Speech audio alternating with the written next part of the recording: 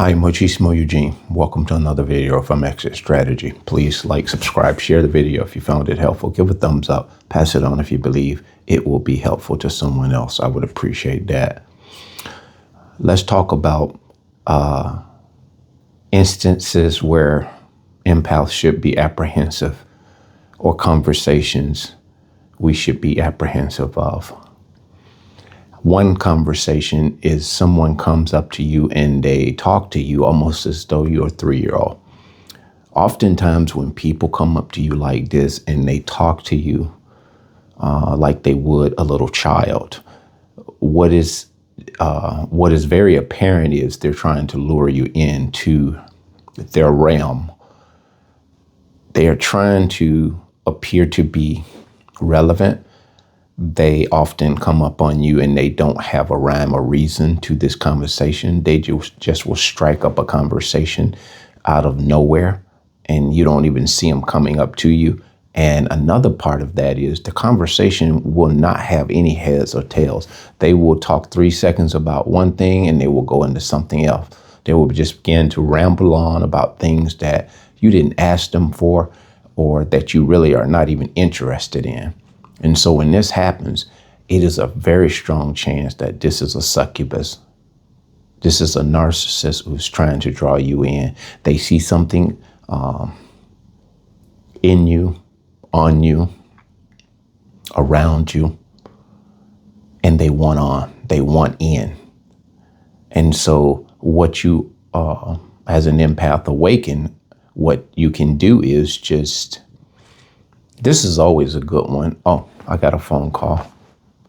Or not even say it. You can just say, put the hand up and like point towards the phone. And that is sort of like being directly adamant about, I'm not interested in what you're selling. And so when they do this, this is a very clear sign that this is very much a narcissist. They're trying to come in inside of your space. They're hovering around trying to find supplies, and they happen upon you because your energy, your vibration, they detect this. And it's like I said to you guys before, awakened empaths are like cadaver dogs. We can sense stench and death of the narcissist. And this is a sign that they pretty much want in on your space or in on your energy and your fuel. And so another one is when they come up to you and just hover around you, and you may be going through something and you may appear like distraught or you're in deep thought, and they will randomly out of nowhere, like they have an overt concern for you and say, are you okay? And to which you just reply to them, no, thank you. And then they'll say, what? And then you'll say, no, thank you. No, thank you is a reply or a remark that most often most people or the recipient does not know why you're saying that. And if they were to go the distance and say, what do you mean, no, thank you? And you say, no, thank you. That sounds rude, but what you're doing is you're not allowing this entity or this person you perceive that may have a dark energy around them. You're not giving them an opportunity to like you and then hate you. You're giving them pretty much a straightforward indication that I'm not to be liked. I don't want to be liked. I'm not interested.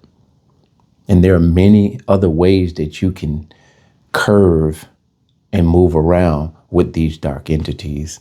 You just really have to be in tune and attuned to what it is in your presence. Like I say, this random conversation talking to you like you're a little child, because they are little children. In their mind, they are little children. You'll find a narcissist, like a couple that I was involved with in the past.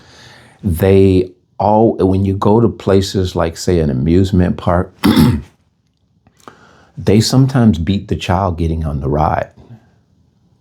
As an adult, you take the liberty to let the child go on first.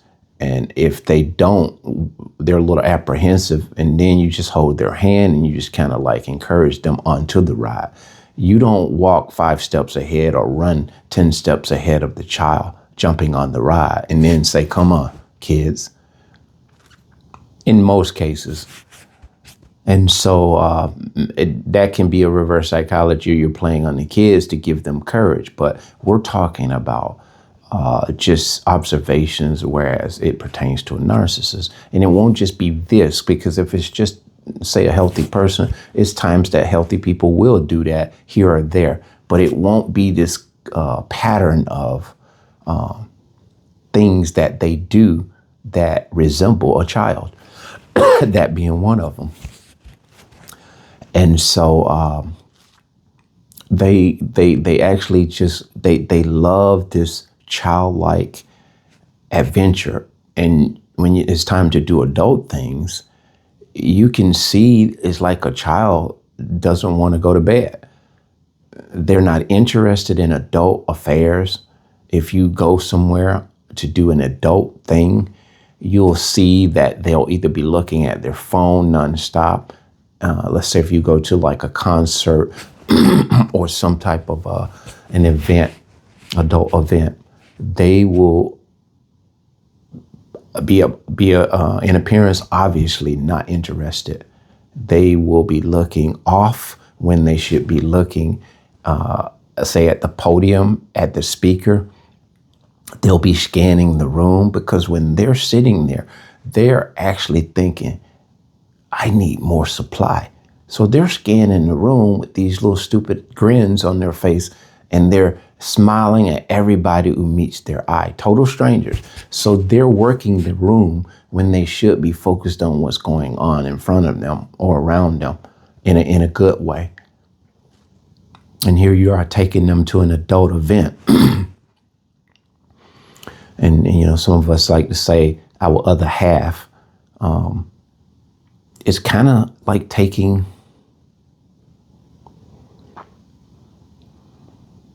a kid to an adult function. And so this explains why they act like little kids in different capacities. And that conversation being one of them, and asking you what's wrong out of the blue when it's none of their concern. You never spoke a word. They're trying to draw you out. They need you to load them up with your problems. And if they can get you to talk about whatever it is that's bothering you, that makes them sound like they're their comforter. They are that listening ear. They're that shoulder to cry on. And unbeknownst to you, you're opening a door that is not going to be easily shut. Because by them listening to you, they, in their mind, you owe them. You owe them. And they are going to make sure that they capitalize on that debt. A debt that you didn't even ask them for.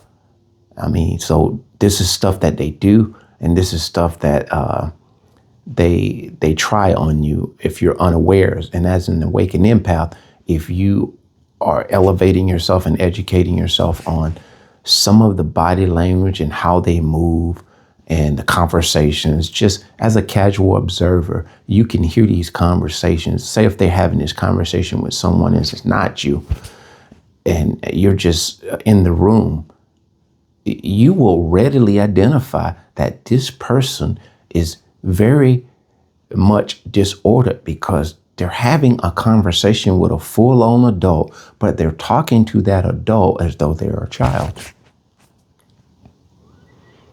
Not to mention the domineering persona of the narcissist. They think they know everything. They think they have the keys to the castle. And a lot of times they'll talk continually.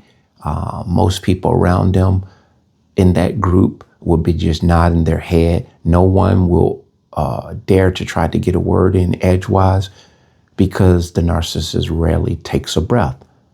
And the reason why they do this, they have to continually keep going if they have people on the hook. Because in their mind, they're fretting that if I get off of the gas pedal of my conversation, I could lose this audience / supply fuel. And so they're rattling off things that they've recited. And this is why they go from one conversation to another, most of which none of them have any kind of relation to the other. But if we're not really just casually paying attention to this stuff, a lot of us would think it's just not a big deal.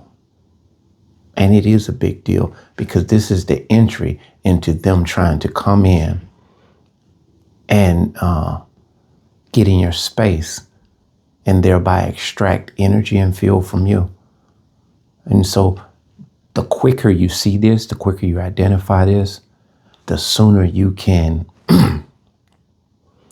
not dismiss, but you can act uninterested, and you can actually detach from that conversation before it ever culminates into something. That being said, bless.